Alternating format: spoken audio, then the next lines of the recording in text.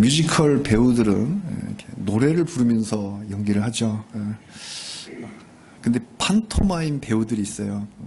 노래는 고사하고 대사 한마디 없이 오직 몸짓으로만 연기를 해서 메시지를 전달합니다. 우리 나이 드신 분들은 대표적인 배우로 찰리 채플린을 들 수 있죠. 꼭 우리가 판토마임 배우가 아니다 하더라도 외국을 여행할 때 전혀 말이 통하지 않으면 바디랭귀지가 있잖아요. 바디랭귀지. 몸짓 하나로도 얼마든지 물을 얻어먹을 수 있습니다. 꼭 이 언어가 아닌 이 마임이, 판토마임이 의사 전달에 더 효과적일 때도 있습니다. 오늘 본문은 하나님의 부르심을 받은 에스겔이 벙어리가 돼서 마치 찰리 채플린처럼 오직 몸짓으로만 하나님의 메시지를 전달하고 있습니다. 그래서 오늘 본문 에스겔서 4장 5장을 에스겔의 판토마임이라는 제목으로 말씀을 증거하며 은혜를 나누고자 합니다. 에스겔의 판토마임은 총 3막으로 이루어져 있습니다. 막이 3번대로. 1막은 토판을 가져와서 마임을 하고 2막은 곡식을 가지고 와서 판토마임을 합니다. 3막은 칼을 가지고 오고 그걸로 판토마임의 공연을 했습니다. 무대는 에스겔이 기거하는 자기 집입니다. 관객들은 동네 사람들이 와서 보는 거예요. 1막은 토판이었습니다. 토판이란 말 그대로 흙으로 빚은 판입니다. 흙으로 빚은 판. 벽돌 또는 타일 생각하면 됩니다. 이거 우리 큰 타일 있잖아요. 이런 타일. 지금 이런 타일로 생각하면 돼요. 타일이라는 게 유니트에 동일하게 계속 반복되는 그런 흙으로 만든 넓적한 이런 판 같은 거. 아직 가마에 굽지 않아서 그 판이 이렇게 조금 이렇게 들어가면 게 쑥쑥 들어가는 이런 흙판입니다. 아예 가마에 솥에 들어가기 전에 만들어진 이게 토기 같은 거. 이게 거기다 뭘 이렇게 긁으면 긁혀지는 거죠. 그 에스겔이 그 토판에다가 도구가 뭔지 모르겠지만 뭐 막대기나 뭐 이렇게 철필 같은 거 이런 걸로 공을 들여서 막 그림을 그립니다. 새기는 거죠.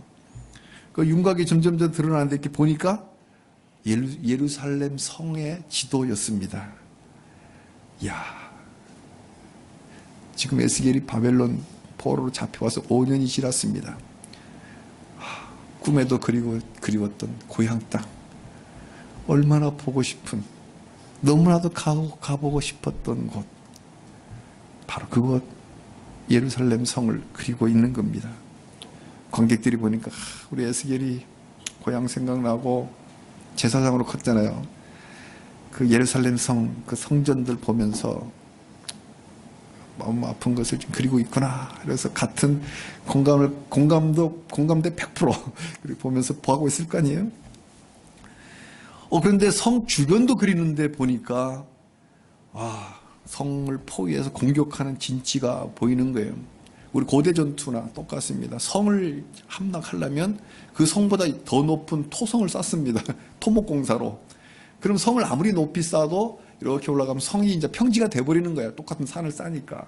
그래서 침공을 하고 그런 이 성곽들 공격하는 것들이 쫙 그려져 있는 거예요.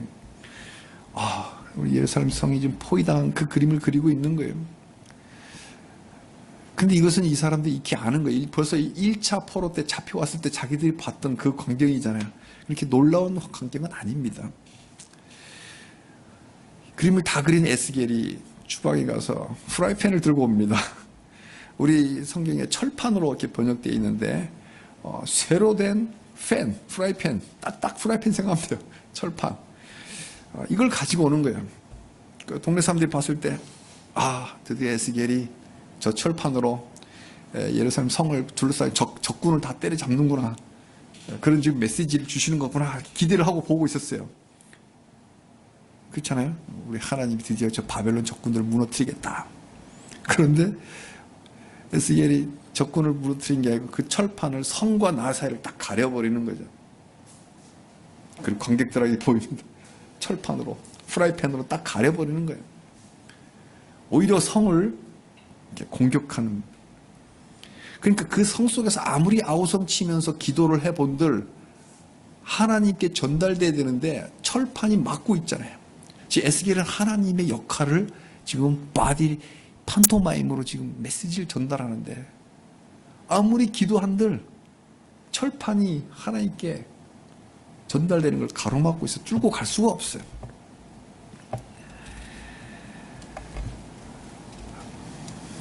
그런 기대 밖에 엄청난 비극의 메시지를 보이고 있습니다. 그러다가 에스겔이 갑자기 옆으로 들어 눕습니다. 눕고는 꼼짝도 하지 않습니다. 이 관중들이 숨을 죽이면서 계속 보는 거예요.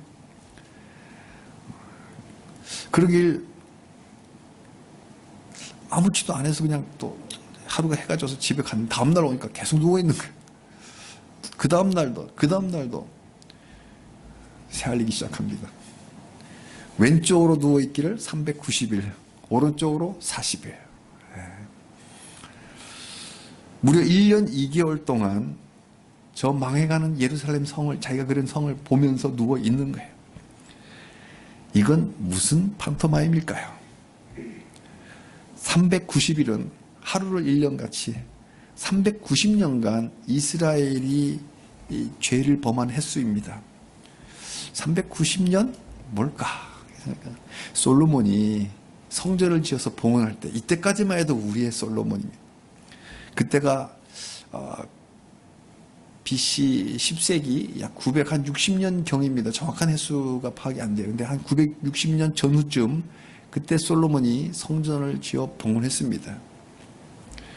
그 뒤로 솔로몬의 마음이 하나님을 떠났어요. 그래서 지금 솔로몬이 천국에 가면 있을까 없을까 또 우리가 논쟁도 하고 그러는데 전과 후가 너무 그의 말년이 너무 안 좋아요. 그러니까 솔로몬이 성전을 봉헌한 이후에 마음이 떠난 그 이후부터 이스라엘 족속이 계속 범죄 안에 들어간 거예요. 다윗 시절만 해도 그 앞에 사무엘 사사 시대만 해도 그 앞에 여호수아 시대만 해도 모세 시대만 해도 탁월한 지도의 자리에서 백성들이 그래도 하나님 따라왔는데 이제 솔로몬 그 이후로는 남북이 갈라지면서 하나님을 배반한 그 이후로 예루살렘이 완전히 멸망했던 BC 586 그때까지 약 390여 년 됩니다. 400년 내지 390년. 그 언 390년 동안 솔로몬 이후부터 그때부터 완전히 망할 때까지 이스라엘은 하나님을 계속 반역했습니다. 그러면 40일은 뭘까? 유다 족속이 북이스라엘과 남유다로 생각하면 안 돼. 그 이스라엘은 전체를 다 하는 것이고 40일은 유다 족속이 현재 벌받고 있는 포로기 40년을 상징합니다.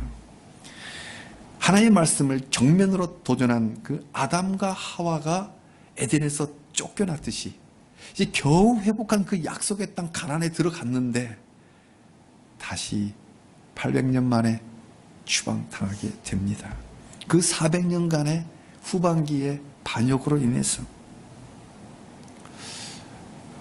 왜 비극은 되풀이 될까? 왜 이렇게 비극의 역사는 되풀이 될까? 역사는 우리가 역사에서 배우지 못하기 때문입니다. 역사에서 배우지 못해요. 국사시험 100점 맞으면 뭐예요? 지식만 배우는 거예요. 그 속에 담겨있는 교훈을 배우지 못하는 거예요. 왜 배우지 못할까요? 교만하기 때문입니다. 교만한 사람 배우지 못해요. 겸손한 사람들이 잘 배우는 거예요. 자기가 최고인 줄 아니까 자기가 하나님인 줄로 착각하기 때문에 배우지 못합니다. 에덴에서 쫓겨난 이유가 하나님 말씀에 예스하지 못하고 노했기 때문임을 배우지 못했기 때문에 이스라엘은 솔로몬이 마음으로 하나님을 떠난 이후로 390년 동안 하나님을 배신했습니다. 그 에덴의 역사를 제대로 배웠다면 그 약속의 땅에서 쫓겨나지 않았을 건데 그래서 성경을 보면요 쫓겨나는 역사이고 그 땅을 다시 회복하는 역사예요. 그래서 이제 우리 성경에 이제 여호수아잖아요. 그 역속의 땅을 회복하는 역사고, 또 바벨론에 쫓겨났다가 다시 또 회복하는 역사. 이게 이제 느헤미야 이어집니다. 근데 왜 자꾸 하나님 배신할까? 하나님 길이 참으시거든. 바늘도둑이 소도둑 된다고, 바늘도둑이 훔쳐서 밖에 나가면 하늘에서 날벼락 떨어질 줄 알았는데 아무 일 없거든요. 그러다 보니까 소도둑까지 되는 거예요. 390년 동안 죄를 지어도 별일 없거든. 그러니까 하나님이 안 계시는 것처럼 죄악을 즐겼습니다. 그 죄값으로 유다 민족은 앞으로 40년 동안 벌을 받을 것입니다. 그러니까 390일은 죄, 40일은 벌이에요. 390년 동안 지은 죄 때문에 40년간 포로의 벌을 받을 것이다. 그래서 하나님 많이 깎아주잖아요. 10대 1. 390년 죄 지었으면 390년 벌 받아야 되는데, 그 긍휼이 많으신 우리 하나님, 그 10분의 1로. 사랑하는 성도님들, 세상에 공짜가 없습니다. 이 말씀 앞에 제가 묵상하면서 공짜가 없다. 다 값이 있다. 우리 지나가다 보면 핸드폰 뭐 영원 써 있잖아요. 공짜잖아요. 공짜가 없어요. 누군가 어떤 값에, 내 할부 값에 포함이 돼 있든 하여튼 누군가 대신 값을 치렀고, 그 값은 지금 치러준 거지 사실은 수익자가 다 부담하는 거예요. 공짜가 어디 있어요. 죄는 반드시 값을 치릅니다. 하나님 살아계심을 믿고 하나님을 잘 섬기시기를 바랍니다. 우리 한국에 어느 유명한 목사님이 돌아가시면서 후배 목사들 쭉 앞에 운명하시면서 하는 말이, 유명한 말이 있어요. 뭔지 아세요? 야, 김 목사, 박 목사 뭐 부르면서 너 예수 잘 믿어라. 목사님이 돌아가시면서 목사들한테 하는 말이 예수 잘 믿어. 이 390년 이스라엘 역사를 바라보면서 우리 하나님 살아계심을 믿고 살아계심 믿으시기 바랍니다. 그리고 그 하나님 잘 섬기시기를 바랍니다. 에스겔의 판토마임 2막은 4장 9절에 곡식을 가져와서 구운 빵으로 시작합니다. 밀과 보리, 우리가 잘 아는 밀은 빵이 되고 보리는 보리떡이 되는 거예요. 거기에 조와 귀리를, 그리고 콩과 팥을 좋아하는 사람 있잖아요. 요즘도 빵집에 가면 밀로 빵을 만들어서 그 안에 팥을 넣어서 팥빵을 팔잖아요. 지금도. 그때도 이 팥을 넣어서 빵을 만들어요. 보리떡과 이 빵을 구워서 누워있는 360일 내내 먹었습니다. 그런데요, 이 본문을 자세히 보면 먹는 양이 10절과 11절에 나오는데, 하루의 빵은 20세겔을 먹으라고 합니다. 그리고 물은 6분의 1 흰을 먹으라 그래요. 여기서 세겔과 힐이 우리에게 익숙치 않은 단어죠. 세겔은 무게를 다는 단위예요. 지금으로 치면 우리가 몇 킬로그램, 뭐 톤, 그램이잖아요. 한 세겔은 12g입니다. 12g. 그러니까 어떻게 돼요? 20세겔은 약 240g쯤 됩니다. 감이 안 오죠? 제가 보니까 햇반 팔죠, 햇반.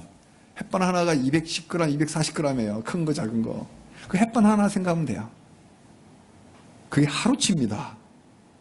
심각해지죠?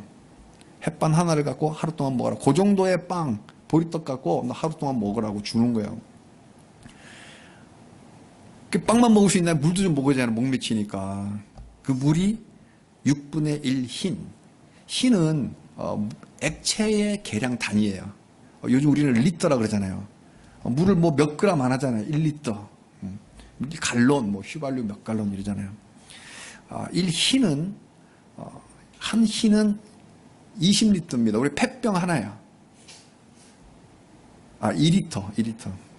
근데 이 6분의 1 흰이 어느 정도면 약 0.6리터입니다. 0.6리터 감이 안 오잖아요. 요 물컵 있죠? 한 컵 반 정도 됩니다.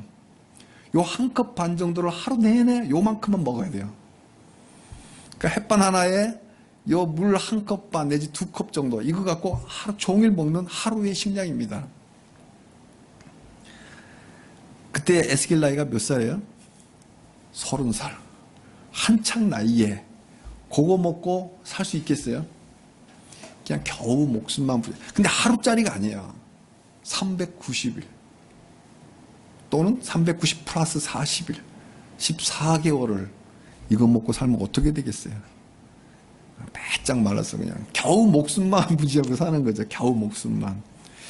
고난이죠. 비참한 고난을 몸소 선지자가 몸으로 보여주는 겁니다. 이런 판토마임도 있나요? 바짝 말라가면서 실제로. 그런데요, 이 정도 비참한 거면 참 양반입니다. 하나님 말씀을 좀 더 보면 이 빵을 구워야 되잖아요. 밀가루로 했으니까 생밀가루 구웠는데 연료가 불이 있어야 되잖아요. 그 연료가 인분 불입니다. 고상하게 인분이라고 써져 있지 사람 인자에 분이 무슨 분이죠? 사람의 배설물이에요. 우리 성경에 똥이란 단어가 나옵니다. 표준어죠. 이것은 부정의 상징이에요. 부정하다. 그러니까 제사장으로 훈련받은 에스겔이 얼마나 기겁을 할 거예요. 우리 사도행전에 베드로 보고 그 돼지고기 먹으라고 나니까는 베드로가 난 못합니다 막 그랬잖아요. 그 베드로는 그래도 어부 출신이지. 그러니까 이스라엘 일반 백성들도 이 정결법에 몸에 배어있기 때문에 먹지 않는데 심지어 사람의 배설물에다가 불을 붙여서 거기다 구워 먹어라. 팬을 올린 게 아니에요. 그냥 바로 그 위에다가 굽는 거예요. 그 기겁을 하니까 하나님이 그래서 그래 가엾어 바꿔줍니다. 뭘로요? 15절에 보니까 쇠똥으로 바꿔줍니다. 그래 그러면 쇠똥으로 해라. 쇠똥은 지구촌 구석구석에 다 이렇게 어려운 시절에 늘 즐겨 섰던 연료입니다. 우리 갈탄처럼 불을 떼서 했던 거죠. 여기 그래도 좀 아까 쇠판 프라이팬 있잖아. 거기다 얹어서 했으면 그래도 좀 낫겠는데 그냥 바로 그 위에다가 구워서 그 연기에다가 그 냄새에다가 뒤보면 참 치욕스럽고 굉장히 부정스럽고 뭐 어떠 이렇게 하겠지만 문화적으로 이스라엘 사람들은 정결법에 거룩하게 살아라.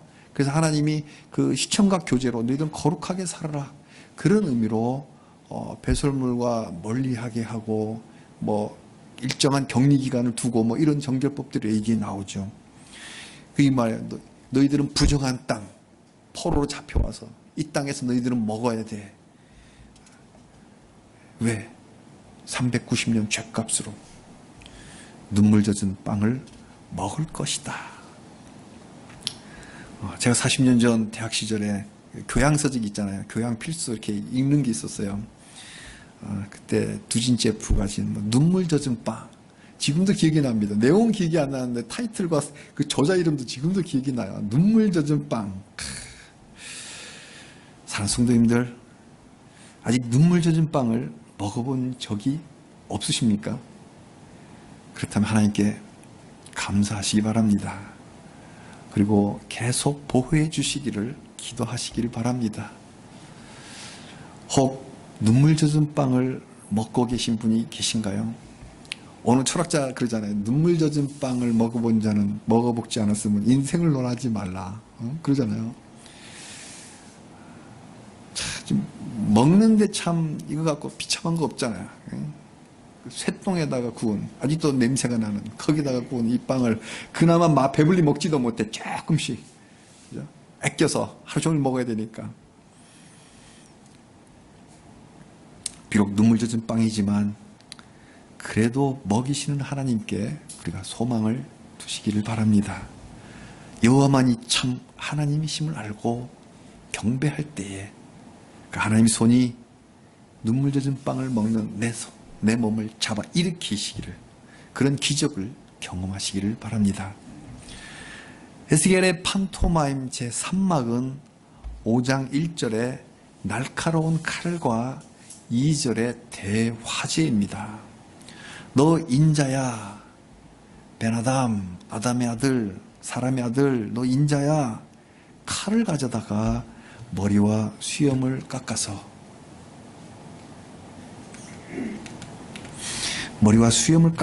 나누어 둬라. 하나님이 제사장 가문 에스겔에게 면도를 하라고 합니다. 면도를. 레위기 21장 5절에 보면 제사장들의 그 규례가 나옵니다. 제사장들은 머리를 깎아 대머리같이 하지 마라. 그리고 자기 수염을 양쪽으로 깎지 말고 살을 베지 말라. 면도하다 보면 살이 비잖아요. 면도하지 말라. 제사장들은 면도하지 않았어요. 금지된 규례입니다. 에스겔이 제사장이 되지는 않았지만 제사장 가문으로 그렇게 살아왔는데, 제사장 훈련을 받으면서 그렇게 살아왔는데 면도를 하라고 합니다. 그래서 몰려든 동네 사람들 앞에서 면도하는 판토마임을 했습니다. 이건 또 무슨 판토마임일까요? 면도하지 말라는 그 제사장 규례를 어겼으니까, 자기가 어긴 건 아니지, 시킨 대로 했는데 어쨌든 면도했으니까 이제부터 너희는 더 이상 제사장이 아니다. 에스겔은 지금은 백성을 대신해서 지금 판토마임 하는 거예요. 에스겔 너 이제 제사장 아니야. 면도했으니까. 그 뭐예요? 너희 백성들도 제사장 백성이 아니다. 너희들 제사장 나라라 그러잖아요. 너희 이제 제사장 나라 아니야. 그리고 전쟁에서 졌을 때도 면도를, 수염을 밀었어요. 너희들 영적 전쟁에서 패배했어. 그 수염이 깎여 나갔듯이 너희는 명예롭지 못한 수치를 당한 거야. 요즘도 이렇게 저는 이렇게 면도를 깔끔하게 합니다만, 이렇게 한 번씩 보면 이렇게 요즘 남자들 수염을 기른 사람이 있어요. 젊은이들도 많아요. 멋으로. 왜 수염을 깎으라고 하면 자기 명예래요, 이게. 이거 없으면 자기 못 산다고. 멋있다고. 나를 이렇게 불명예로 만들지 말라 이렇게 키릅니다. 그때도 수염이 깎여 나가는 건 불명예, 수치로 여겼습니다. 여기서 가장 마음이 아프게 와닿는 부분은 너희 제사장 아니야. 너희 민족이 이제 제사장 나라 아니야. 박탈당한 거예요.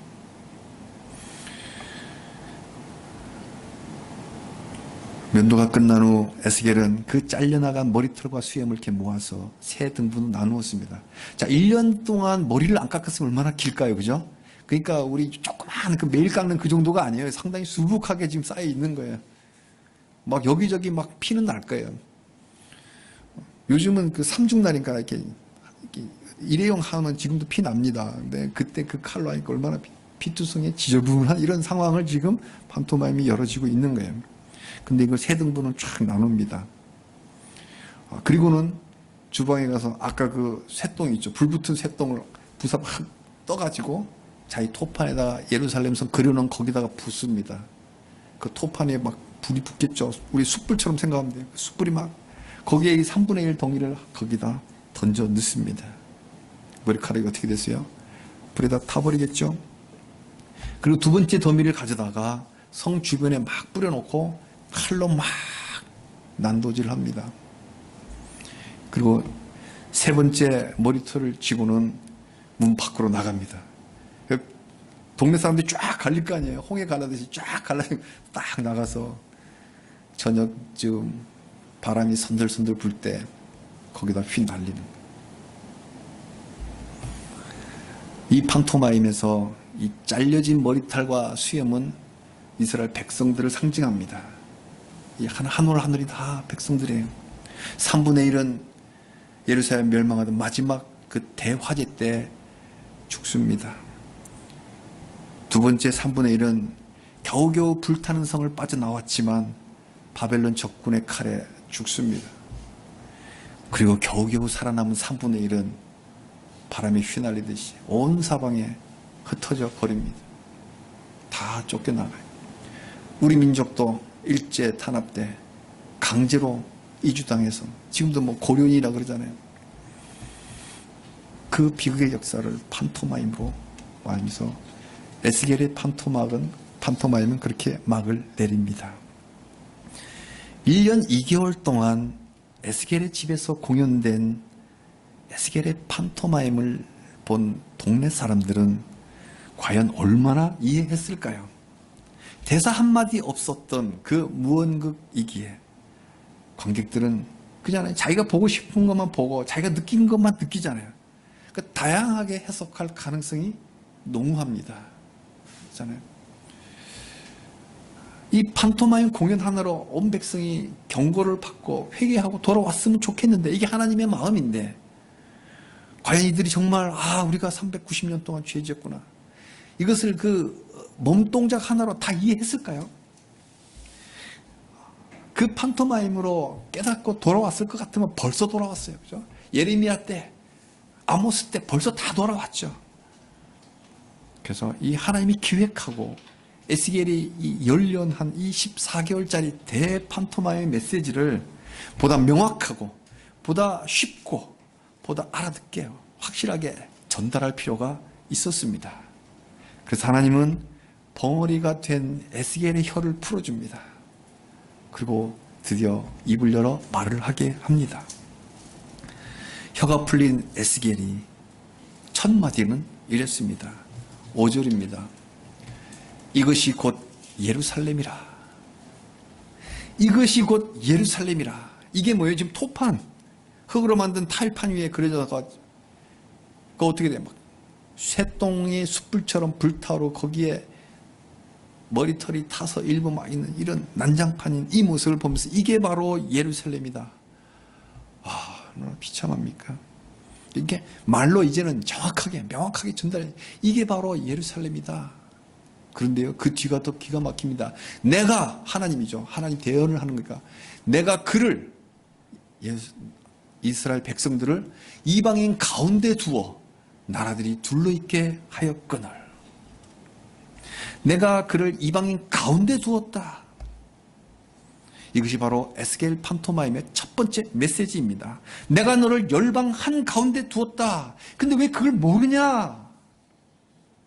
내가 너를 이방인 한 가운데 두었는데 왜 그걸 모르고 있냐? 이스라엘이 누구예요?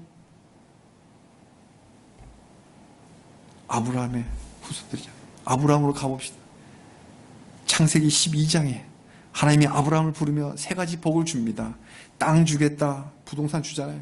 그리고 너 아들 주겠다. 아들이 아니라 큰 민족을 이루어 주겠다. 그리고 세 번째, 아예 너 복이 되라. 네 자체가 복이 되라. 땅 주고 자손 민족 주는 복을 넘어서 아예 네가 그냥 복 자체다. 그렇게 말씀하잖아요. 그 복을 주면서 사명을 주십니다. 12장 3절에 땅의 모든 족속이 너로 말미암아 복을 얻을 것이다.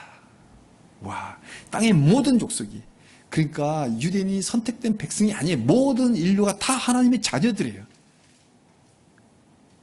그 자녀들을 다 구원하고 싶어서 특별히 너를 선택한 거예요. 수단으로, 도구로. 어떤 통로? 복의 통로.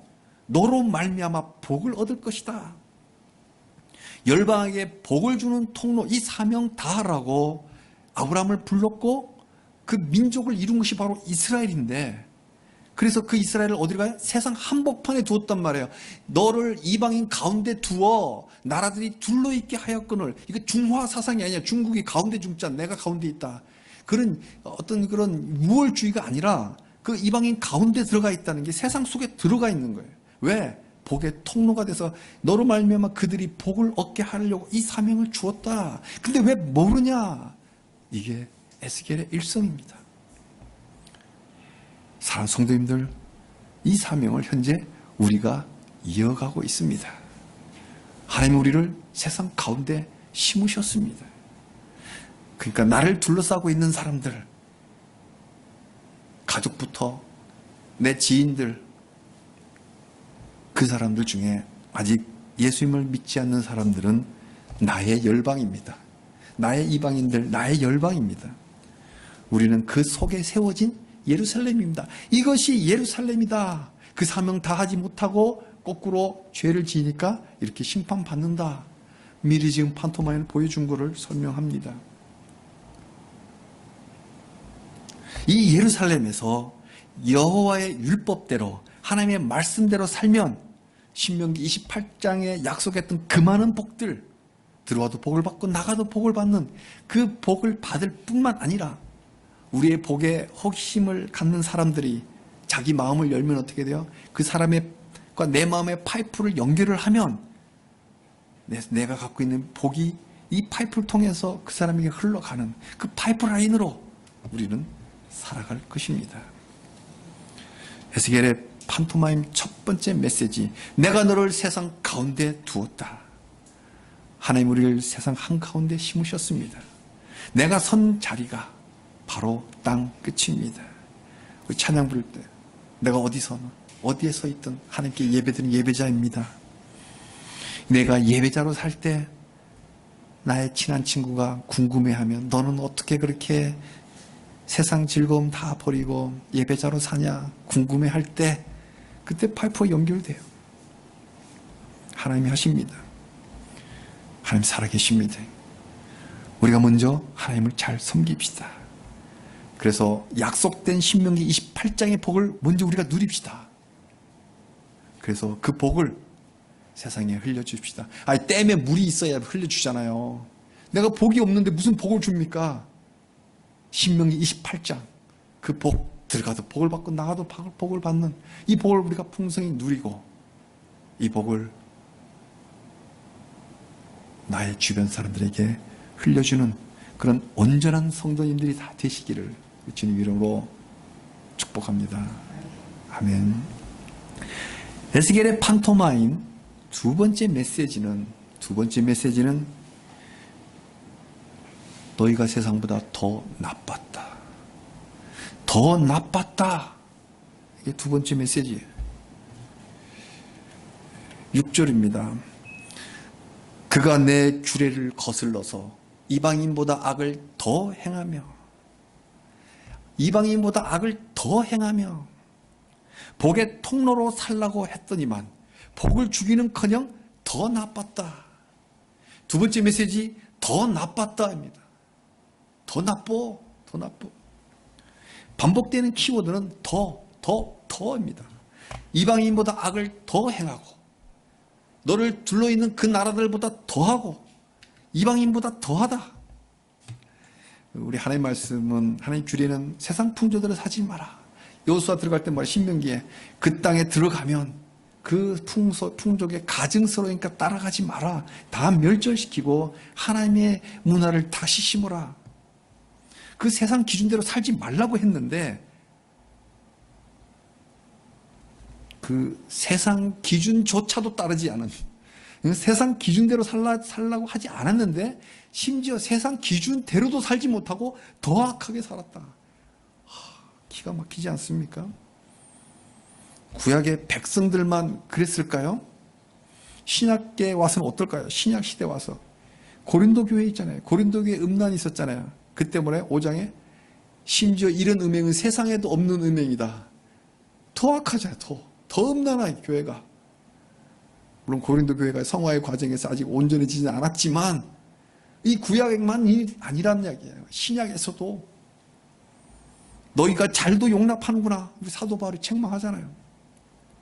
내가 세상 사람들과는 시비 걸 것 없지만 교회에 대해서는 이야기한다. 그 출교가 나온 거예요. 그 출교가 그 사람 한 영혼 살리기 위해서. 제가 어릴 때 예배 드리는데 출교하는 장면을 목격했어요. 얼마나 충격을 받았는지.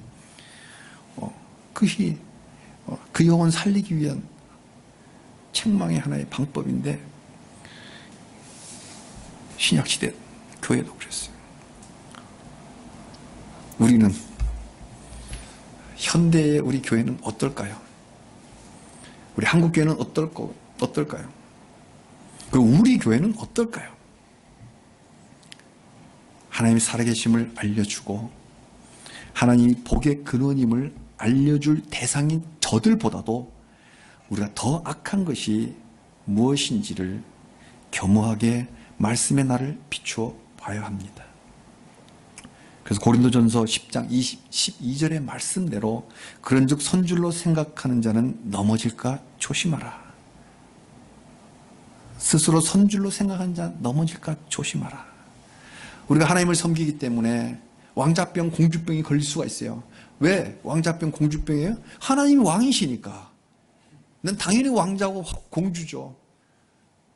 그래서 하나님의 가치대로 살지 않는 사람 우리가 비난하기 쉽상입니다. 그런데요, 사실은 그들보다 더 악한 구석이 우리에게 있다는 거, 이것을 알고 늘 통회하는 마음으로, 늘 기쁘면서도 동시에 하나님 앞에 왔을 때 늘 저는 우리 예배당 들어올 때마다 주여 아버지 아버지 부르고 옵니다. 그래 앉아서 먼저 통회부터 해요. 통회부터 돌아보면서 말씀에 비추어보면서 넘어질까 늘 조심하며 그렇게 우리가 늘 깨어서 겸손하길 바랍니다. 그렇게 겸손해야 됩니다. 사랑하는 성도님들, 에스겔의 판토마임 앞에 정직하게 서시기를 바랍니다. 예수님의 그 코너스톤 위에 함께 온전히 자라날 우리에게 세상보다 더 악한 죄악이 무엇인지 살펴보며 보이는 대로 바로바로 미루지 말고 바로바로 참회하며 그렇게 순결해지는 우리 성도가 되시기를 주님 이름으로 축복합니다. 아멘. 에스겔 판토마임 세 번째 메시지는 결국 여호와가 참 하나님이심을 모두 알 것이다. 결국 하나님이 여호와가 야훼가 참 하나님이심을 모두가 다 알 것이다. 복의 통로로 세상에 심었는데 세상보다 더 악하다면 공의의 하나님은 벌을 내리십니다. 5장 8절 9절에 이방인의 목전에서 너에게 벌을 내린다. 전무후무하게 내리겠다. 와, 벌하시는 하나님이에요. 이 벌은 히브리어로 미스파트입니다. 미스파트. 근데요, 이 순종해야 할 하나님의 규례를 어겼잖아요. 이 규례도 미스파트예요. 벌도 미스파트고 하나님의 말씀도 미스파트예요. 근데 말씀이라기보다는 규례, 법, 율법, 그것이 미스파트예요. 그러니까 미스파트란 단어 하나에 법령, 그리고 공정함, 그리고 재판, 심판이란 뜻이 담겨 있어요. 왜? 법이고 법대로 재판하니까 심판이고 벌이 되는 거죠. 그러니까 이 말씀을 우리 한국어로 보면 잘 못 느끼는데 원어로 읽으면 이렇게 되는 거예요. 너희가 하나님의 법 미스파트를 지키지 않았고 심지어 세상의 법인 미스파트, 세상의 미스파트도 지키지 않았기 때문에 내가 전무후무한 벌 미스파트를 내리겠다. 원어에는 다 미스파트. 너희가 미스파트를 지키지 않았으니까 미스파트를 내리겠다. 전무후무한. 이게 더 워드 플레이가 엄청나게 더 충격적으로 오는 거예요. 우리가 다 원어를 볼 수 없기 때문에 제가 대표해서 읽고 같이 은혜를 나누는 거예요. 여기에 하나님의 강조점이 있는 거예요. 강조점이. 왜 나의 미스파트를 지키지 않냐? 그러면 내가 미스파트를 너에게 내릴 수밖에 없다. 그것도 전무후무한. 어디서요? 8절에 이방인이 목전에서 몰래 벌 주지 않아요. 이방인이 보는 앞에서 벌을 내리겠다. 그리고 어떻게 돼요? 이방인들 역시 하나님의 법을 거역하면 벌 받을 것이다. 그래서 결국 우리 13절에 말씀하신 대로 여호와만이 살아계신 하나님을 알게 될 것이다. 이방인이나 유대인이나 모두가 다 여호와가 참 하나님을 알게 될 것이다. 이게 세 번째 메시지입니다. 사랑하는 성도님들, 우리가 섬기는 하나님은 함부로 대해서는 안 될 하나님이십니다. 저는 이 4장 5장의 판단을 보면서 최종적으로 제가 이렇게 붙잡은 메시지는 우리 하나님 함부로 대할 분이 아니구나. 함부로 대하실 그런 하나님이 아니시다. 성도이든 비성도이든 이 세상 모두가 하나님을 배신한 이 암흑기에도 하나님 여전히 살아계십니다. 성도든 성도가 아니든 모두가 다 하나님의 법을 어기며 하나님을 배신을 하든 그러나 하나님은 여전히 살아계십니다. 세상을 이처럼 사랑하시는 하나님의 열심이 결국 세상 모두 알게 될 것입니다. 하나님 여호와만이 하나님이심을. 이게 오늘 5장 13절의 말씀입니다. 그러니까 먼저 받은 우리부터 여호와가 참 하나님이심을 아는 삶을 살기를 바랍니다. 이 말씀 붙잡는 거예요. 나부터 먼저 부름 받았으니까 여호와가 참 하나님이심을 결국 알게 될 건데 지금 먼저 내가 하나님이 살아계심을 알고 그 아는 삶을 살아야겠구나. 에스겔의 판토마임 그 말씀의 빛으로 나를 비추어서 그래서 우리 속에 세상보다 더 악한 것들을 빨리 당장 지금 깨우치는 대로 바로 회개하시고 그래서 이 성결한 성도로 회복돼서 온전한 성도가 되는 거예요. 그런 우리 교회 일을 주님의 이름으로 축복합니다.